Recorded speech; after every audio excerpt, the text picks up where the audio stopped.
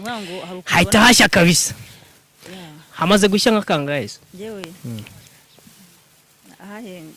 Binunguye cyane abiteguye. Bigutunguye. Binunguye. Hahiye rimwe. Rimwe? Buso ubu byagenze gute mbwira ukuntu byagenze. Duhereza gakuru ukuntu wenda byaragenze ukuntu bagusanze muri dushe, bagusanze muri mu cyumba. Ari ukuntu wowe ushobora nko kuba nkubona abantu bakunda bitandukanye. Yego. Nkaba nkukurikirana ndakumbuga nkoranyambaga gusa nkumva ndanagukunze. Tutaranahura. Yego. Cyase wenda ukagira amahirwe ukabona murahuye. Yego. Umuntu nyine ubwo abivuze hari ukuntu asanga akubwira nk'umusore muho muri social media wabo ukunda muhuye hanashya ariko ntayimusabye. Okay, utabimusabye utabimusabye nta kereka tube utabimusabye. Betray nukuntu Betray ejo twari turi kumwe ndamukunda. Betray ikibazo yarashatse uko yaba yarashatse kose ndamukunda.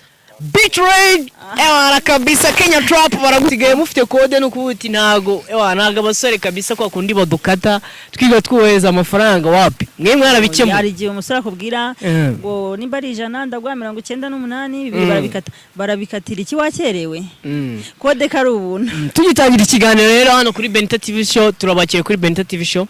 Murakoze. Yego kabisa. Tugikomeza na vibe nyinshi cyane ndagira ngo mbwire nk'ikintu ushobora gukorera umuhungu kugira ngo atazakuvaho. Atazamvaho? Wo mumfuka sinze ko kabisa afite ibiceri byinshi cyane. Oya umuhungu afite ibiceri abiguha. Rimwe na rimwe hari igihe aba gukunda. Cyangwa se nawe afite ibibazo mu rugo rwe atari n'umuhungu nyine ari umugabo. Yego. Akaba nyine aje kukwivurizaho ibibazo. Yego. Akavuga ati oya ngewe ikintu nkubwiye wewe wafuka sinze umuhungu wamukunze sibyo? Ajye namukunze. Wamukunze.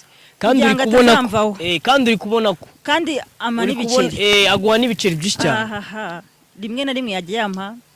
Mbwa ati va ngusohokane. Oya nyine wowe wakora iki kugira ngo atazakuvaho? Nago umuhungu ngewe unkunda nk'ibiceri nago yamvaho. Sure. Gukoresha irebanga. Ntaba ndimenye. Oya tubwire nyine nago yamvaho akabanga ukoresha. Natwe tubasha kukamenya. Bahita banamunwara. Oya ariko jye dusangiza akabanga. Mo yumvishije ibanga nkoresha. Kandi ni inshuti yanjye abo